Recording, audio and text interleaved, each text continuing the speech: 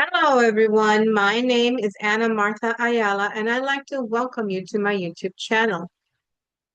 As a reminder, I do every video in English and Spanish, and the degree theory is based on modern Western astrology using the Placidus House system. In today's video, I wanted to talk to you about, give you like a preview of June through August, basically, of 2026, basically this summer. So, and let me start by saying that you need to pay attention to the degrees that something is happening. If you don't have planets connecting to those degrees or the angles of the charts of your natal chart that I mentioned, then whatever is happening won't affect you. It has to be plus or minus 3 degrees, maybe even up to 5 degrees, you might get a hit. But let's say that you have a new moon in Aries at 3 degrees. I'm just making it up, okay?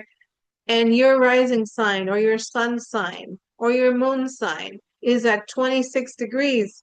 This is not going to affect you because you're not within the range of that 3 to 5 degrees, okay? So that's why I don't do horoscopes, monthly horoscopes, because it's all specific to the degrees in your chart.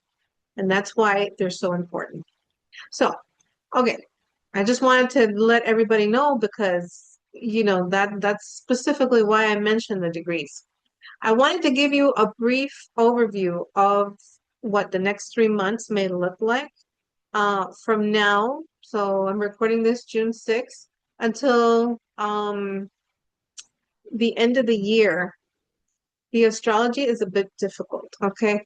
I don't want to sound negative and I don't want to scare anybody, but some of the aspects are concerning and others are good. For example, June 9th, we're going to have a very good day because Venus is going to conjunct Jupiter. So you have the two benefics. Jupiter, the grand benefic, or the greater benefic, conjunct Venus, the lesser benefic, at 26 degrees of Cancer plus or minus 3 degrees. So it's from 23 degrees to 29 degrees. So basically, take an action on an opportunity that Jupiter might bring. Love and money, Venus. Cardinal signs are the ones that will benefit the most, right? Cardinal, Aries. Um, well, it's in Cancer, so Aries is going to get a square, Libra is going to get a square, and Capricorn is going to get an opposition. So the squares are challenges, and an opposition, there's a decision that needs to be made. Okay. So the two signs that are going to get sextiles are Taurus and Virgo. Now for sextiles, to me, the range is a little bit less, maybe a couple of degrees at most, but if you want to use the 3 to 5 degrees and see how it plays out. Mercury starts the shadow period on June 12th at 16 degrees, okay? And on June 29th, it stations. All right. So those are the ones that you need to take notice of, the degrees. On June 12th, the nodes, the North Node and the South Node are going to square Uranus. So stay tuned for some shock and awe event or shock and awe moment that's going to happen, or potentially because one is this is the true node and the mean node is on June 20th. So that's the other date that the Uranus is going to square the nodes. Whether you use the true or the mean, that's up to you. Let's see what happens, but it's going to be something that'll catch us off guard. On June 19th, Chiron enters Taurus, but only through September 18th. So we're going to have a preview of, let's say, July, August, September, 3 months.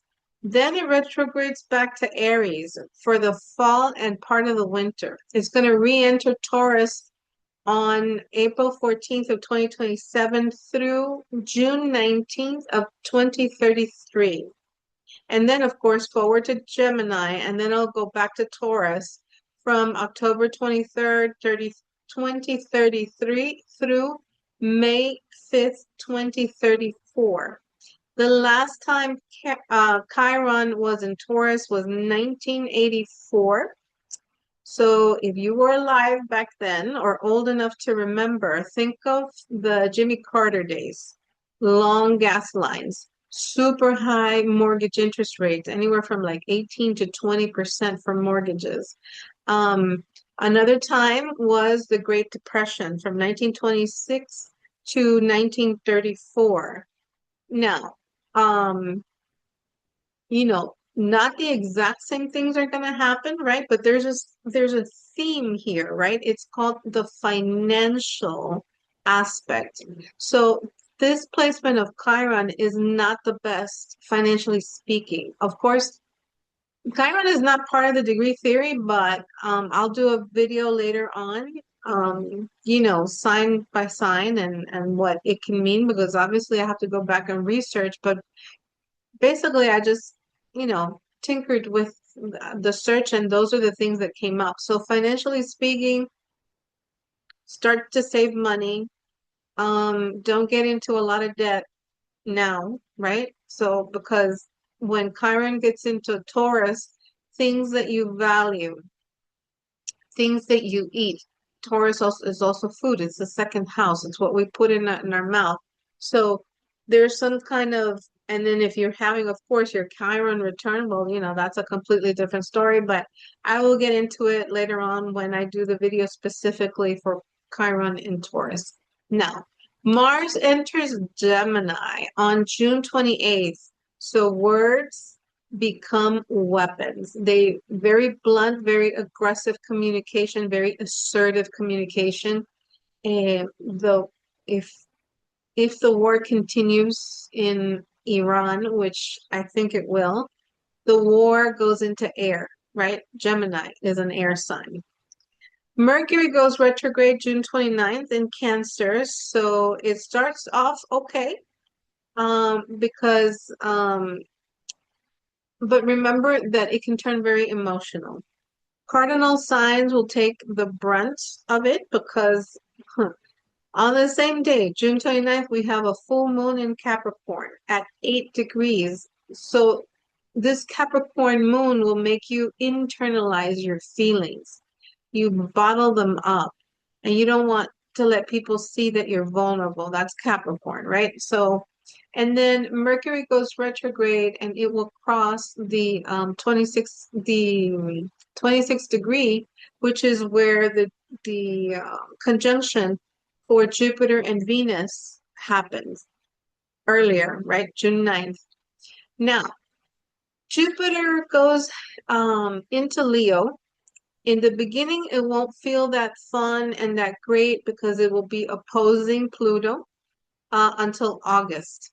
I already did a video on that, right? So you guys can go watch it. And with Jupiter going into Leo, we're gonna have Jupiter in Leo, Saturn in Aries, Uranus in Gemini, Neptune in Aries, and Pluto in Aquarius. They are all male signs.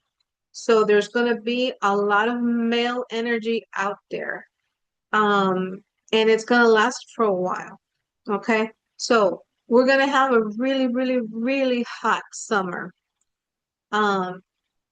The storms, Mars in Gemini and Aries in Neptune, the wind will pick, like hurricanes are going to be intense. Okay. So I live in Florida, right? We need to prepare. Anybody that lives on the coast, right, can experience very, very strong hurricanes or water events, right?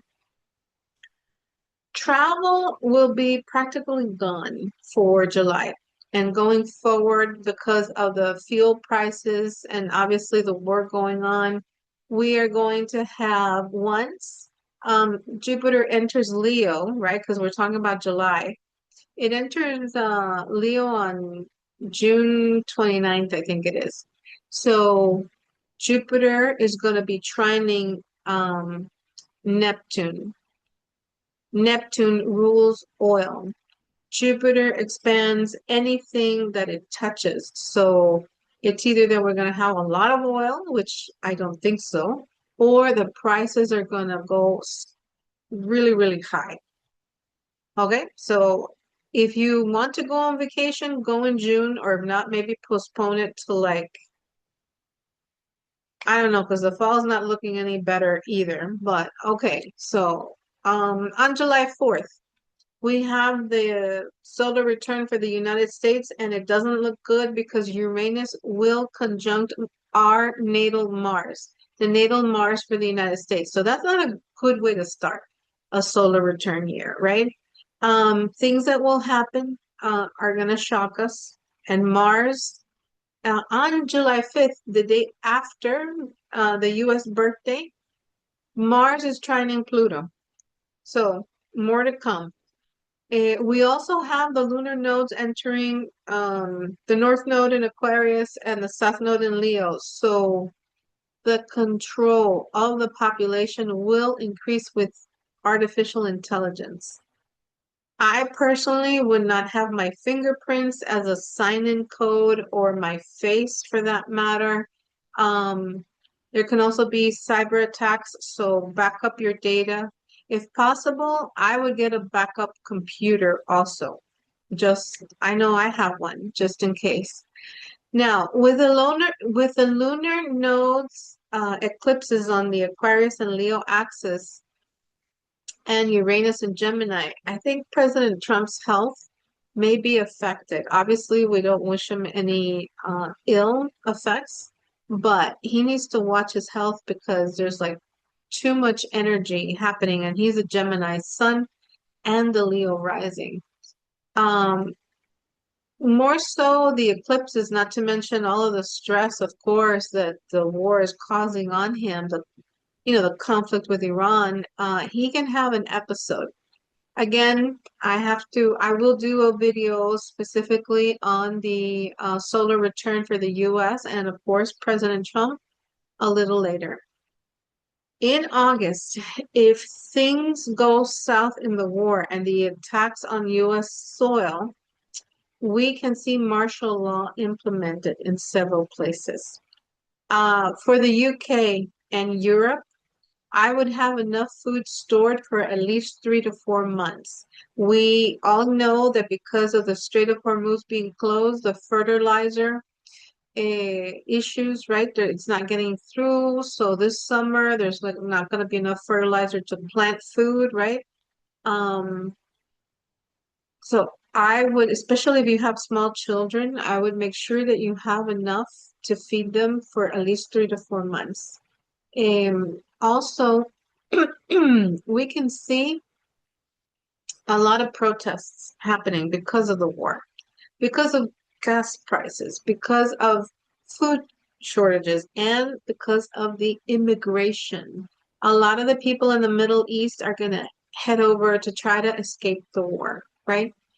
Again, I hope to God that I am wrong, that the war settles because as I'm filming this, there are peace talks between Iran and the US, but that's a really weird ceasefire when they keep launching attacks sporadically. And of course, Israel won't let up on Hezbollah. So, I just don't see things coming to a peaceful end, but I hope that they do. Um, and with Uranus and Gemini, Europe always gets hit the hardest. If you go back in history, like World War II and stuff like that, I mean, Europe got practically destroyed. Also, like if you live in South America, I think when World War II was going on, a lot of the Jewish people escaped to Argentina, for example.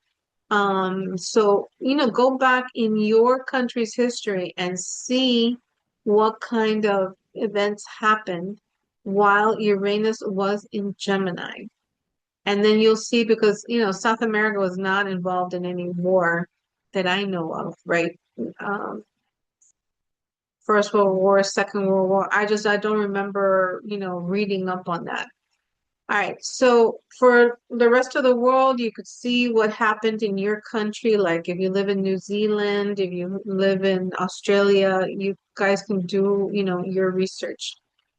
This summer, I think Cuba is next on the list. So Florida, especially South Florida, you should take appropriate measures because Miami, which is where I live, we're 90 miles away from Cuba, right? So, uh, if when I should say, when Cuba gets taken over, it might get a little dicey here in Florida.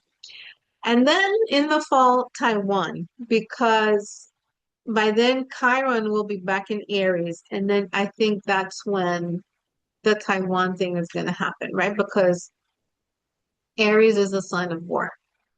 So, okay, I don't mean to be, depressing or anything like that, but that's a small preview of what I see coming. So if you do go on vacation, keep it close to home.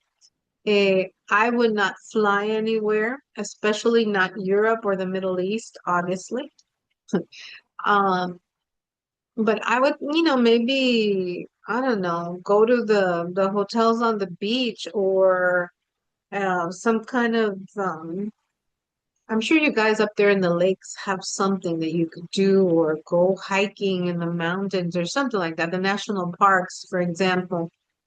But never go alone, right? You always stay together. So that's what I see for the next 3 months. So plan accordingly. And I hope that this video is helpful so you can, make your plans and be aware of potentially what is to come. All right. So if you've learned anything from this video, please give it a thumbs up, subscribe to the channel, and send it to somebody else that might need to do some planning for this summer. If you would like a chart reading with me, please send me an email to amaastrology@aol.com. Thank you for watching, and I will see you in the next video.